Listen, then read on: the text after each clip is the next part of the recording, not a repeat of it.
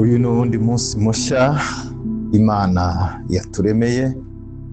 Uyu ni umunsi Imana y'imirwana intambara zacu mu ibanga, kuko umwanzi yagerageje kenshi kukwambura umugisha wayo. Amagambo y'Imana tubona mu gitabo cyo kubara ibice byaho 23 n'umurongo waho 20 avuga ngo, dore nategetswe kubahesha umugisha, nayo yawubahaye simbasha kuwukura. Aya ni amagambo yavuzwe na Baramu, umuhanuzi wari wahamagawe n'umwami Baraki. Uyu yari umwami w'i Moabu. Baraki yari afite ubwoba kubera Abayisiraheli bari bamaze gutsinda amahanga menshi mu rugendo rwabo ruva muri Egiputa, aho bari bamaze imyaka myinshi bakandamije bari mu buretwa, ubwo igihe Imana yari bakuyeyo iberekeza mu gihugu cy'isezerano.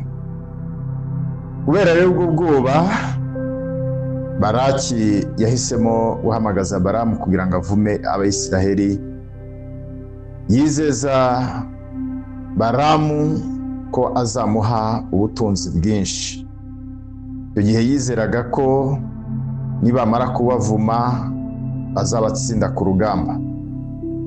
Ariko nubwo Baramu yahawe amafaranga menshi, agahabwa icyubahiro kugira ngo avume ubwoko bw'Imana, Imana ubwayo yaramubujije,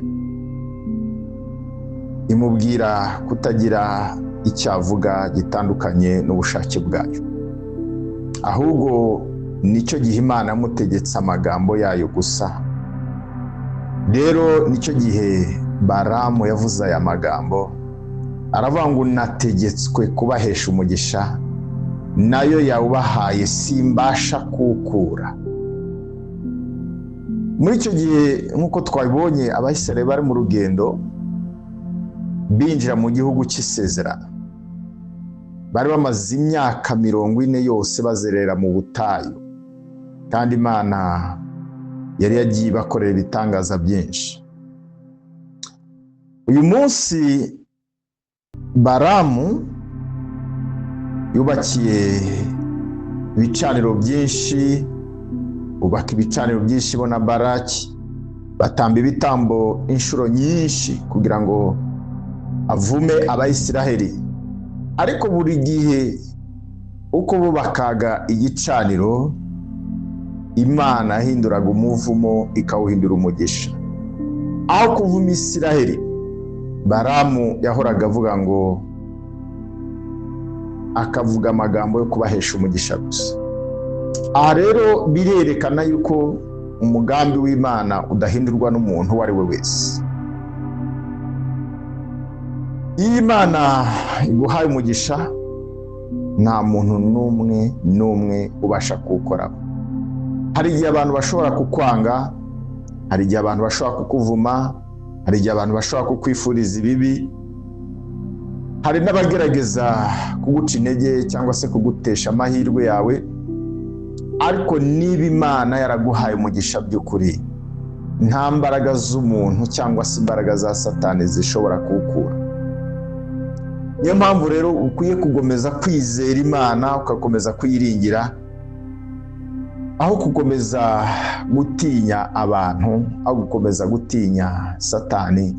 Wowe wiringira Imana, uyikomezeho, kuko niyo ifite umugisha wawe mu biganza byayo. Cya kabiri, Imana ihindura imigambi mibi ikaba imigisha. Baraki yateguye umugambi wo kuvuma Abayisiraheli, ariko Imana uwo mugambi uhinduramo umugisha. No muri iki gihe rero hari imigambi mibi abantu bashobora kuba barimo bategura ku buzima bwawe, ariko reka nkubwire, Imana yarwaniriye Abayisiraheli muri uyu munsi, ifite ubushobozi n'imbaraga zo kukurwanira nawe uyu munsi. Iyi Mana yabarwaniriye niyo Mana turimo dusenga uyu munsi, ntabwo yigeze ihinduka kandi ntizigera ihinduka. Nk'uko handitswe mu gitabo cy'Itangiriro ibice 50 n'umurongo wa 20, ngo Yosefu yabwiye bene se ati mwashakaga kungirira nabi, ariko Imana ibyo yabihinduye umugisha. Bene se wa Yosefu baramwanze, baramugambanira, bamaze kumugambanira bamushyira no mu bikorwa kugira ngo apfe, baramugurisha, ariko ibyo byose Imana bihinduyemo umugambi ukomeye, umwinjiza mu masezerano, umwinjiza mu cyo yari yaramuvuzeho. Birashoboka yuko nawe hari abakwanga, hari abakwifuriza ibibi, hari abategura imigambi mibi, ariko wibuke yuko n'ibyo byose, nubwo abantu bagusunikira mu rwobo nk'urwo basunikiye Yosefu, nubwo bakugurisha nk'uko bagurishije Yosefu, Imana ibyo byose ibasha kubihinduramo umugisha.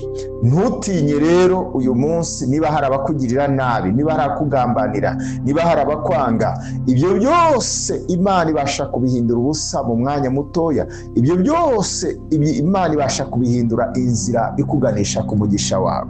Ntutinye rero, utinye abantu, utinye imbaraga z'umwanzi, utinye ibikangisho byose, ibyo byose bifate nk'ibikangisho, kuko Imana ifite imbaraga, ifite ubushobozi, kandi hari icyo yakuvuzeho. Niba hari icyo yakuvuzeho, ita ku cyo Imana yavuze ku buzima bwawe, wikwita ku cyo abantu bavuga n'icyo batekereza n'ibyo bibwira. Ikindi cya gatatu nakubwira ni uko Imana isohoza isezerano ryayo. Imana yari yarasezeranyije Aburahamu wizaha umugisha urubyaro rwe. Rero nta mwanzi, umuhanuzi cyangwa se umuntu wese ufite imbaraga n'ubushobozi ushobora guhindura isezerano ry'Imana. Nta muntu n'umwe ufite uburenganzira, nta muntu n'umwe ufite ubushobozi, nta muntu n'umwe ufite imbaraga zo guhindura icyo Imana yavuze ku buzima bwawe. Icyo yavuze ku buzima bwawe izagisohoza nikigera. Komeza rero kuyiringira. Icya kane, ntukemere gutwarwa n'ubwoba. Abisiraheli ntabwo uyu munsi bari bazi yuko Baraki ari kubashakira umuvumo, ariko mu ibanga Imana yarabarwaniriye. Nagira ngo nkubwire inshuti yanjye, hari intambara Imana irimo kurwana ku buzima bwawe. Hari intambara Imana irwana mu ibanga. Urebye imigambi y'umwanzi, urebye ibitero by'umwanzi, urebe imikorere y'umwanzi n'ibyo akora mu ibanga utabasha kumenya. Imana hari ibyo irimo irwana mu ibanga wowe utazi. Abayisiraheli bari bibereye mu kibaya ahantu, abandi bari ku misozi barimo batamba ibitambo, barimo babarwanya, barimo bakora ibibi kugira ngo bavumwe, ariko Imana iza kurwana mu ibanga Abayisiraheli batazi ibirimo biba. Ndasenga kugira ngo uyu munsi Imana ikurwanirire. Imana yigize kure intambara wo kuzibona n'amaso yawe, zirwanirire kure yawe nk'uko yarwaniye Abayisiraheli mu ibanga. Nawe uyu munsi hagiri intambara Imana ikomeza kurwana mu ibanga, kuko hari ibiza ntubashe kubyihanganira bikaguca intege. Uyu munsi Imana igukureho ibyagucaga intege, igukureho ibyakunanizaga, ibirwanire kure, ikubitire kuri imbaraga z'umwanzi aho utazi, wongere kubona ubutsinzi. Abayisiraheli babonye ubutsinzi, bo ntibazi igihe intambara yabereye. Nawe intambara zawe Imana ikomeze kuzirwana, kandi zirwanire kure aho utazi. Ndimo soza, nagira ngo nkubwire ko umugisha nyakuri uturuka ku Mana. Abantu bashobora kugufasha nibyo, ariko umugisha uhoraho uturuka ku Mana. Niyo mpamvu rero dukwiriye gushaka kubaho kumvira Imana, twiringira Imana aho kwiringira imbaraga z'abantu. Iyo Imana ikinguye umuryango ku buzima bwawe, nta muntu ushobora kuwufunga. Iyo Imana iguhaye umugisha, nta muntu ushobora kuwukwambura. niyo mpamvu rero ukwiriye gukomeza kwiringira Imana uyu munsi, niyo mpamvu ukwiriye gukomeza gushaka Imana uyu munsi. Iri somo rya Balamu nibyo yakoranye na Baraki biratwigisha yuko Imana ari ifite ijambo rya nyuma ku buzima bw'umuntu. Nubwo abantu bashobora kuvuga amagambo mabi, nubwo abantu bashobora kukwifuriza gutsindwa, Imana yo niyo ifite ijambo rya nyuma. Reka wiringire, ubwire Imana ngo Mana, uyu munsi nshyize ubuzima bwanjye mu biganza byawe, uyu munsi nshyize urugo rwanjye mu biganza byawe, uyu munsi nshyize urubyaro rwanjye mu biganza byawe, uyu munsi nshyize akazi kanjye mu biganza byawe, uyu munsi nshyize umuryango wanjye wose mu biganza byawe. Ubwire Imana ngo ibyanjye byose mbishyize mu biganza byawe. Ndakwiringiye kuko ari we Mana ifite ijambo rya nyuma kuri buri kintu cyose mu buzima bwanjye. Reka ubushobozi n'imbaraga zawe bikomeze kubana nanjye mu izina rya Yesu, amen. Imana rero iguhe umugisha, Imana ikomeze kugushyigikira, kandi Imana ikomeze kurwana intambara zawe.